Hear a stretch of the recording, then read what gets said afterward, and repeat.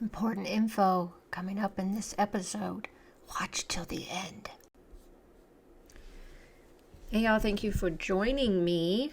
It's time to go back to the missing player. As I said in the previous video, if you watched that, you know who I'm talking about. The missing player, Turkey and Greece, and of course Cyprus. Why am I going back to this? Because I have new information regarding this. So, and then I'll tell you, I'll remind you about what Metropolitan Jaffa just said on this. So, Erdogan's Turkey is in the middle of this mess. Okay, so ever since the Arab uprising in the 2010s, the region, West Asia, is still shaken up, and there's been overlapping wars, and it's just spread with targeted killings and such. So let me show you an example of what's going on here with Turkey and ISRAEL, which is ISRAEL, Cyprus and Greece. There's a lot of geopolitical rivalry going on, say from Libya to Sudan, Persian Gulf to Eastern Mediterranean. It's locked in escalating peripheral battles, okay? Because everybody has these areas that they're interested in, right? Okay, so looks like Ankara now finds itself the focus of competing axes, with Syria once again at the head of the confrontation. Now this is an important part here, okay? So let me see if I can do something here. Highlight this part. In November, a Turkish military C-130 crashed in Georgia on its return from Azerbaijan. Weeks later, on 23rd December, a plane carrying Libya's Western Army Chief Mohammed al-Hadid, a close ally of Turkish President Erdogan, crashed near Haymana outside Ankara. He was in the country for high-level talks. Just prior to this, Turkey's parliament extended its Libya mission for 2 more years. Questions of sabotage are rife. Yeah, what's the chances of these plane crashes going on like this, one after the other? A day earlier, again, this is key to what I was just discussing with you.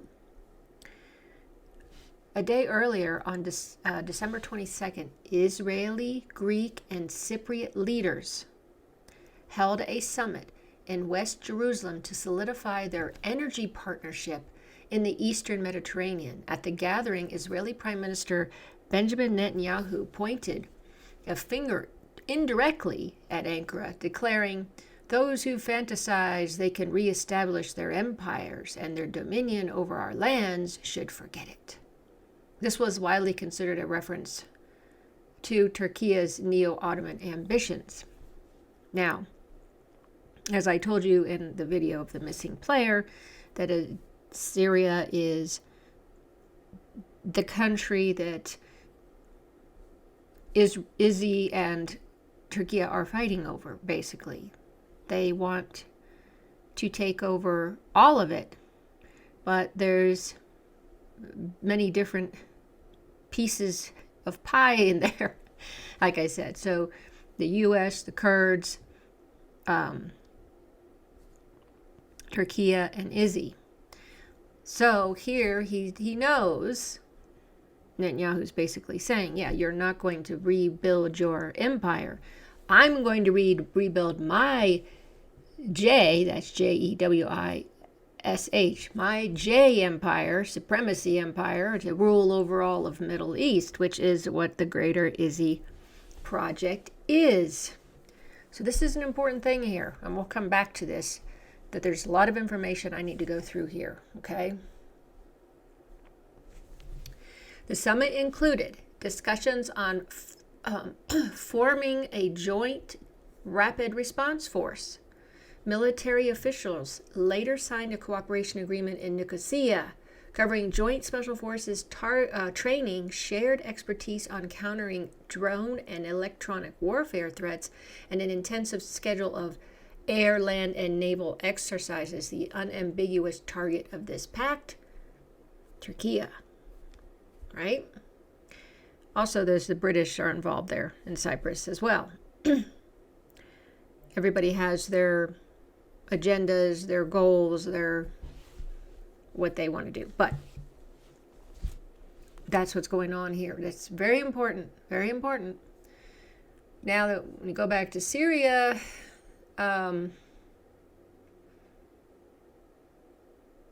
Syria locks in regional allies.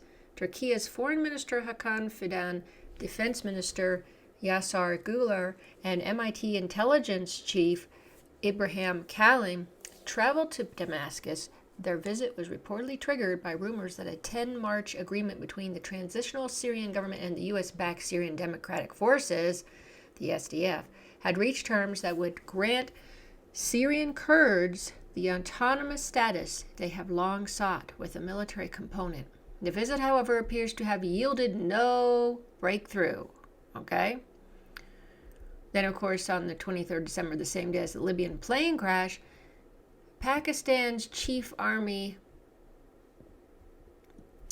staff Azam Munir was in Benghazi, stronghold of the Libyan National Army, which opposes the Tripoli-based government. Munir signed a military procurement deal worth about $4 billion. Although Ankara has backed the Tripoli government, especially since the lynching of Gaddafi, it has also been in quiet contact with Benghazi in recent years. I didn't know much of this. Did you know all this? Maybe you have been following this. I didn't know all this was going on. Okay. Now, yet the pivotal maritime agreement establishing an exclusive economic zone was inked with Tripoli, rendering it legally void without ratification from the Eastern Parliament. Thus, the plane crash drops squarely into a combustible matrix of rivalries. Whatever its cause, Ankara's regional foes are looking at the incident through a lens of suspicion. And of course, across the Red Sea, there's Israel's recognition of Somaliland. It's marked another front in its shadow war with Turkey. Did we know that was going on? There's a shadow war going on with Turkey in Izzy in Somaliland. Yeah. While Ankara invests heavily in Somalia and postures as a mediator, Tel Aviv's move derailed efforts to reverse the country's fragmentation. Izzy is expanding its footprint, and Turkey is in its sights. So, Izzy has reaped the rewards of NATO membership thanks to Turkey's acquiescence. Tel Aviv now sees Ankara not as a gray zone actor, but as a strategic competitor in West Asia. This shift is evidenced by Izzy's obstruction of Turkey's bid to rejoin the F-35 fighter jet program. So, yeah. U.S. Congress did it in 2026. In its 2026 National Defense Authorization Act, embedded provisions safeguarding Israel's quantitative military edge in such detail that Tel Aviv can easily sabotage Turkey's ambitions. Okay, so as this goes on and Erdogan continues to try to make efforts for, patching things up, there's the divided Turkish public because of the Gaza issue, and they think what he's saying, his rhetoric on Gaza it's not doing its talk, okay? It's theater. Blasting Izzy for 1 month, preserving trade the next. It just revealed a deeper logic. Erdogan is always seeking validation from Washington. Of course he is. as you know, he flip-flops back and forth. Whenever things aren't going well one way, he goes to the other side. He'll stay the west, then he'll go to the east. He'll stay the west, he'll go to the east. This has been a problem that he's been doing for quite a while. And so, and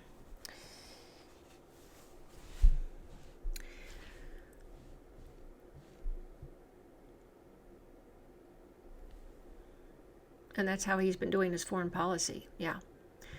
From Afghanistan, Iraq, and Syria to Lebanon, Libya, Yemen, and the Balkans, Erdogan consistently played within Washington's playbook. But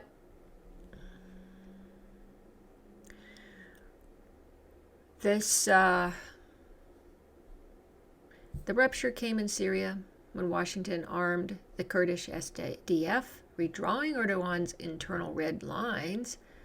The failed Patriot deal and the purchase of Russian S-400s triggered U.S. sanctions, pushing Turkey further into diplomatic limbo. So he's isolated in the Eastern Mediterranean energy game. They're trying to reset it. It opened ties with Egypt, the UAE, even ISI. And, in 2023, Erdogan and Netanyahu met in New York, promising energy cooperation. Then came Operation Al-Aqsa Flood and ISIS ensuring genocide in Gaza. Months passed before Turkey imposed modest trade curbs. Even then, Azerbaijan oil flowed through the Ceyhan port, enriching ISIS. Erdogan's words and deeds diverged sharply, exposing the transactional heart of his diplomacy. That sounds familiar, doesn't it? That's how Trump works. Okay, so let's go on.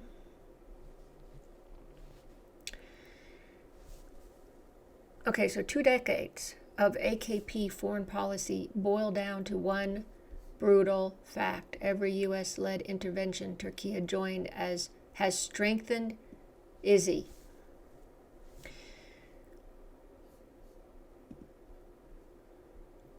In Syria, once the buffer between Ankara and Tel Aviv, Erdogan helped dismantle the wall himself. No wonder he once received a Profile of Courage Award from the American J Congress. Yeah, the man flip-flops and does all these things. Okay. Now, this is really important, all right? It's right here. Yet Tel Aviv now ranks Turkey as its second most dangerous regional threat after Iran. Not because of any imminent attack, but because their Syria projects clash. That's right. We talked about that. ISIS wants a demilitarized, pliant Damascus. Turkey wants influence, bases, and a loyal, armed Syrian proxy.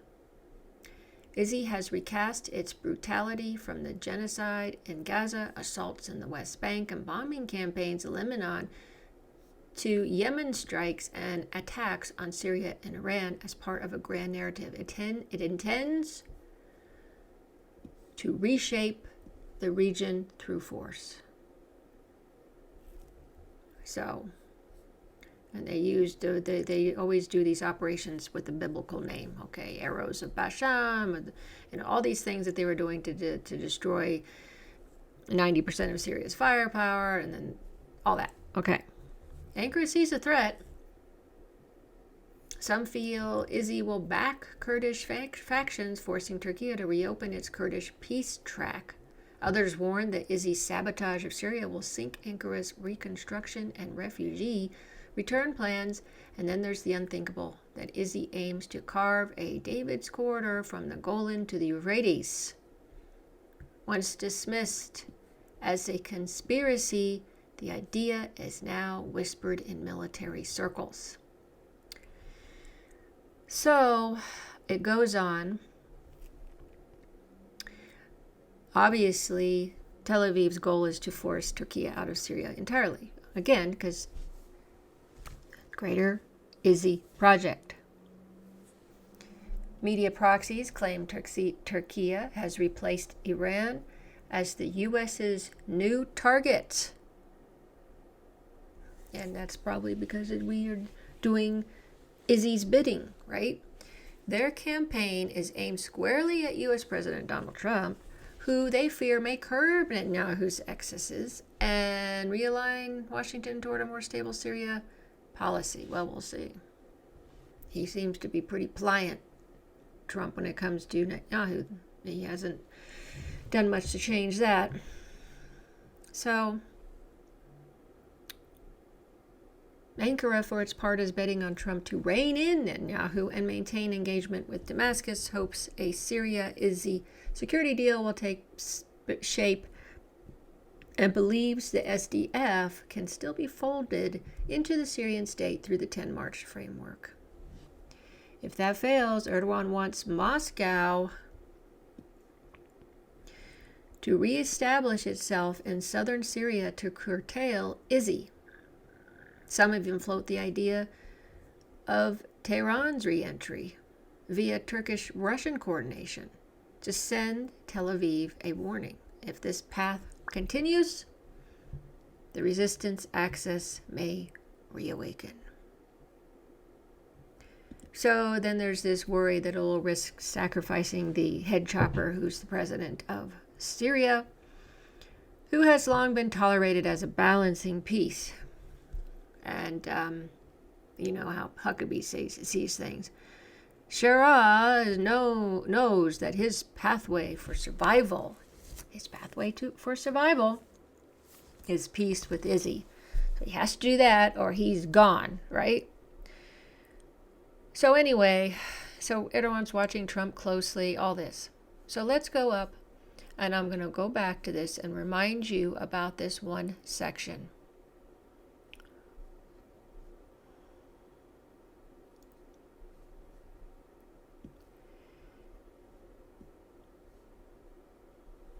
December 22nd, Izzy, Greek, and Cypriot leaders held a summit in West Jerusalem to solidify their energy partnership in the Eastern Mediterranean. Okay? And then you got what Netanyahu's saying. You're not going to build your Ottoman Empire, but take a look at this, okay? Take a look at what's saying right there. The energy partnership between those three countries, right? Well, hold on, let me find it. What do we remember that I read just yesterday, was it? In this Cyprus prophecy from the book. And this elder is saying, meanwhile, while Izzy is leveling Lebanon cities and all that. Meanwhile, Homer will help Aphrodite 12 and Leviathan to emerge, which will mark the beginning of the end of Turkey. Now, what was Homer? It's the Homer-Farragon rig. So it has to do with gas. And Aphrodite is Cyprus's natural gas blocks. And then Leviathan is Izzy's. So what does that mean again? Sounds like what's right here. These three coming together with their energy partnership. Isn't that interesting that the elder is talking about exactly what happened in December? So this is happening. Quite important. So, the other thing I will tell you on this is that if you have not remembered this or whatever, Metropolitan Neophytus had said, and I played that video in the other video I did on the missing player, was that he was saying that Izzy was looking for allies, and they considered Greece and Cyprus as their allies. They're trying to find some place to go and to distract, right? There it is. And that's how they're doing it, right? This gas deal, this energy So the Metropolitan said that this move is going to cause, including the Kurds, that they're trying to get involved in this as well, to cause distractions and more problems for Turkey, as I said. Well, that's going to end up coming to a conflict with Turkey and Izzy. And we see, because this isn't reported very much, we see that this is already happening in Somalia, in Syria, all these places where they're vying for the land. It's already happening. So most of these things that the elder said, and what Metropolitan Neophytus has said, that has been, he always just translates, interprets what the saints and elders have said. This is already happening. So we're already seeing that this is in the process. It is another unfolding of the prophecies. So I wanted to share that part with you. I thought it was really important after the fact that I had brought it up last time, and there's a lot more to it. When I found out the background here, that was important. I wanted to share with you. Thanks so much for watching.